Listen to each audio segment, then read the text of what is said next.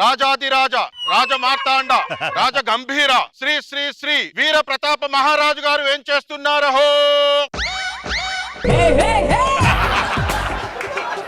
మహారాజా bathroom లో స్నానాల గదిలో కూర్చున్నట్లు ఆ పీట మీద కూర్చున్నారేంటి? ఇలా సింహాసనం మీద కూర్చోండి. ఓ అక్కడ కూర్చోవాలా?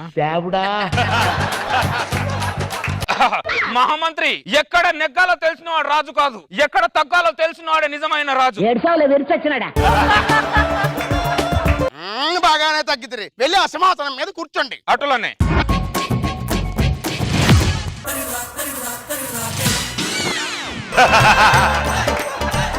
ఏమి చేస్తున్నారు? చలికత్తె ఊపుతున్నా. ఎందుకు? 2 నెలల నుంచి ఆవిడే ఊపుతుంది పాపం. 2 నెలలైనా 2 సంవత్సరాలైనా ఆవిడే ఊపాలి. ఓహో, మీరే ఊపాలంట. సింహాసనం మీద కూర్చోండి. ఆ కూర్చోండి ఏమిటి? సింహాసనం కొద్దిగా సౌకర్యంగా ఉంటే ఇలా కూర్చున్నాం మహామంత్రి. ఎలా కూర్చున్నా వాళ్ళను? సరిగ్గా కూర్చోండి. ఓకేనా? అటులనే.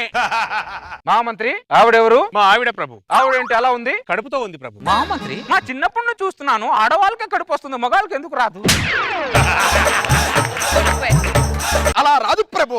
ఎందుకు రాదు? మా రాజ్యంలో ఆడమగాళ్ళ సమానత్వం ఉండాలని చెప్పాను కదా. ఎందులోనైనా సమానత్వం ఉంటుంది గాని ఆ ఒక్క విషయంలో మాత్రం సమానత్వం ఉండదు మహారాజా. ఏ చట్ట విరుద్ధమా? కాదు, సృష్టి విరుద్ధము. సృష్టిని అపసృష్టి చేద్దాం. మన రాజ్య వైద్యులు ఏరి. రాజుగారికి ప్రణామం. మమ్మల్ని పిలవడానికి కారణం? ఆవిడ కడుపు తీసి వీడి కడుపులో వేయండి. ఆవిడ కడుపు తీసి వీడి కడుపులో వేయండి.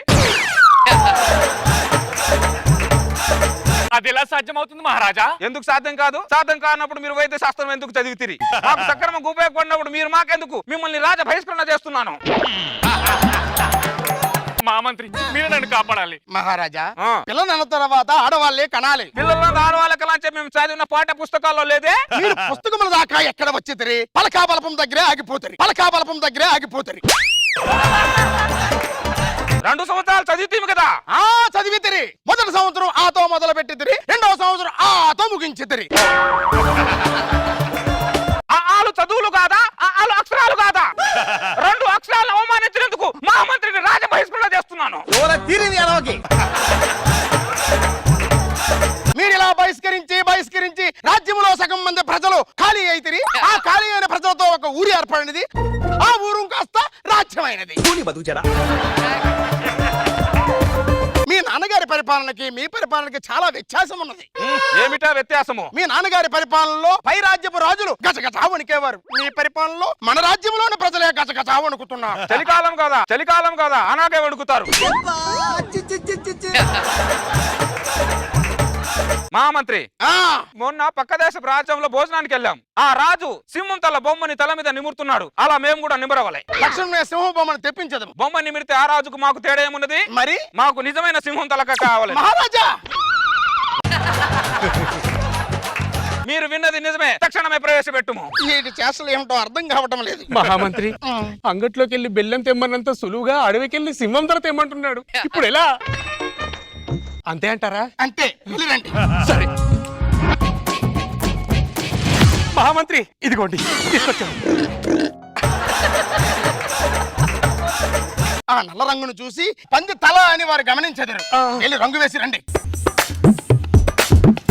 మహామంత్రి, ఇదిగోండి. ఒక్క నిమిషం. మహారాజా, అప్పుడే తీసుకొచ్చితిరా? సింహంతో తేవడానికి 3 రోజులు పడుతుంది అనుకున్నాము. 1 రోజులో ఎలా తీసుకొచ్చితిరి? అంటే మహారాజా, ఈ సింహము మన రాజ్యపు గోడని ఇలా రుద్దుతూ నిలబడింది మహారాజా. వెనుక నుండి టపీమని పట్టేసుకున్నాను.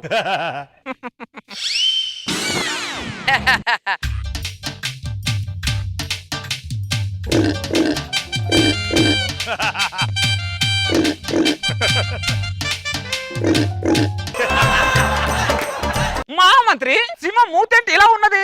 అంటే మహారాజా, ఈ సింహాన్ని చంపే ముందు నన్ను చంపొద్దు అంటూ ఉండగానే తల నరికేస్తాను మహారాజా.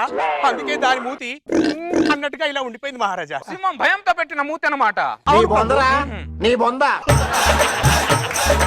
మహామంత్రి, ప్రభు, సింహం అన్నప్పుడు తలండా జూలు ఉండను కదా, జూలు లేవేంటి? మీరు వెనక్కి తిరిగితే రాజుగారికి అనుమానం వచ్చును. ఇటు తిరగండి.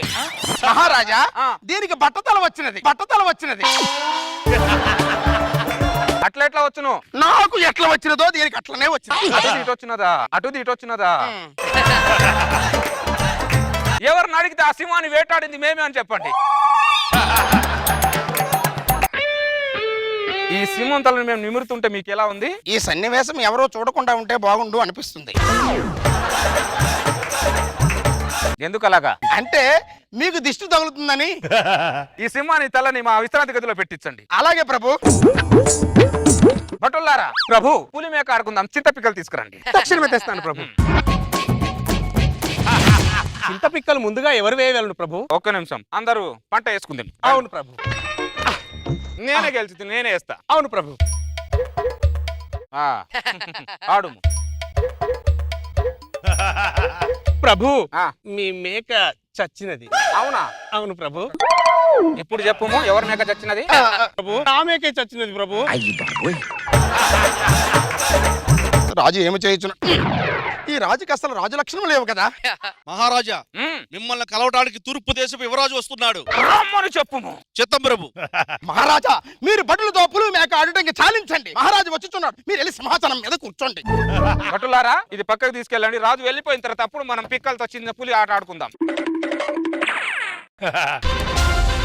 తూర్పు దేశ రాజులకు స్వాగతం. మీరు మా రాజ్యానికి రావడానికి కారణం? నీ రాజ్యం పైన యుద్ధం చేయడానికి వచ్చి తిమి.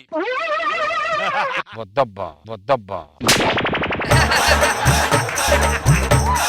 ఈ చలికాలంతో నేను చలినీళ్ళలో స్నానం చేయడానికే భయపడతాను. మరి యుద్ధం ఎలా చేయమంటావు అబ్బా? వద్దబ్బా. రాజంటే యుద్ధానికి కాలు దువ్వాలి కదా, యుద్ధం వద్దంటావేంట్రా? ఈ చలికాలంలో 3 దుప్పట్లు కప్పుకొని కాలు దన్ని పడుకుంటే ఉంటది నా తాత. ఆ ఆనందం యుద్ధంలో ఉంటది చెప్పబ్బా. ప్రభు, వారు యుద్ధం చేయనంటే మనం ఊరుకుంటామా? మనమే యుద్ధం చేద్దాం. మహామంత్రి, ఎదుటి రాజు సై అనకుండా యుద్ధం చేయడం రాజనీతి అనిపించుకోదు మహామంత్రి. నేను సై అననబ్బా. ఈ చలికాలం అస్సలు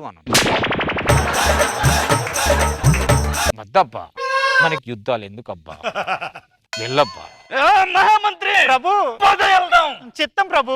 ఎందుకబ్బా మనకి యుద్ధం? 3 పూట్లు తిని రాజ్యంలో 2 కాలు చాపుకొని పడుకోక మనకి ఎందుకబ్బా? ఈ యుద్ధాలు గిద్దాలు మనకి ఎందుకబ్బా? వద్దబ్బా.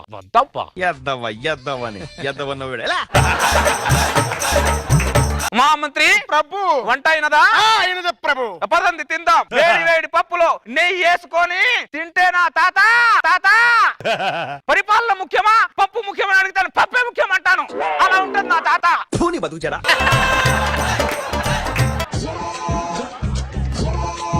వీర ప్రతాప్ రాజా, బయటికి రమ్ము. తూర్పు దేశ రాజులకు స్వాగతం. మా రాజ్యానికి మీరు రావడానికి కారణం? చలికాలము యుద్ధము చెయ్యను అంటివి కదా, అందుకే ఈ ఎండాకాలమున వచ్చి తిని రమ్ము యుద్ధానికి. వద్దబ్బా. ఇంత ఎండలో పడి ఎందుకు వచ్చావబ్బా? వడదెబ్బ తగులుతుందబ్బా. సింహాసనం మీద కూర్చొని ఈ ఎండాకాలంలో ఈ చల్లటి మజ్జిగ తాగుతుంటే ఉంటది నా తాత. చలికాలం వస్తే చల్లో యుద్ధం చేయనంటావు, ఎండాకాలం వస్తే ఎండలో యుద్ధం చేయనంటావు. అసలు ఏ కాలంలో యుద్ధం చేస్తావురా నువ్వు? నేను ఏ కాలంలో యుద్ధం చెయ్యనబ్బా. వద్దబ్బా, నాకు ఏ యుద్ధం వద్దబ్బా. అబ్బా, నువ్వు ఇంత దూరం నుంచి వచ్చావు కాబట్టి నీకు 4 బస్తాలు కందిపప్పు ఇస్తాను తీసుకొని వెళ్ళబ్బా. ఈడేంట్రా 4 బస్తాల కందిపప్పు ఇస్తాను తీసుకెళ్ళప్పా అంటాడు. ప్రభు, వారు యుద్ధం చేయకుంటే నన్ను కొడతారేంటి ప్రభు? నిన్నే కొట్టాలరా. తూర్పు దిక్కున రాజ్యానికి వెళ్దాంరా అన్నాను. కాదు, పశ్చిమ దిక్కున రాజ్యంలో బలమైన రాజు ఉన్నాడు, ఆ రాజును ఓడిస్తే కీర్తి ప్రతిష్టలు పెరుగును అన్నావు. తిప్పాల్సిన చేత్తో చింత పిక్కలు విప్పుతున్నాడు. పెద్ద బెప్ప రాజుగాడు లాగున్నాడు రాయుడు. ఈ నమ్ముకొని వేలాది మంది సైన్యాన్ని తీసుకొచ్చాను రా. ఇంతమందిని ఎందుకు తెచ్చావబ్బా? వద్దబ్బా, అసలు యుద్ధమే వద్దబ్బా. నువ్వు వెళ్ళబ్బా. నీకు దండం పెడతాను రా. కావాలంటే యుద్ధంలో నేనే ఓడిపోతాను రా. ఒక్కసారి యుద్ధం చేయరా. ప్రభు మరి యుద్ధం చేసేలా లేరు, మన రాజ్యానికి వెళ్ళిపోదాం పద ప్రభు. లేదురా, ఒక్కసారి యుద్ధం రా. వెళ్ళబ్బా, నాకు ఎందుకబ్బా యుద్ధాలు? 3 పూట్ల తిని రాజ్యంలో కాలు చాపుకొని పడకోక మనకి ఎందుకబ్బా ఈ యుద్ధాలు? భటులారా, మంచి నిర్ణయం తీసుకుని తినా. మంచి నిర్ణయం ప్రభు. మనకి ఎందుకబ్బా ముద్ద పప్పుతో నెయ్యి చేసుకుని తినుకోక. పదండి. మా మంత్రి వంట అయినదా? అయినది ప్రభు. పదండి వడ్డించు. రాజా రాజా రాజా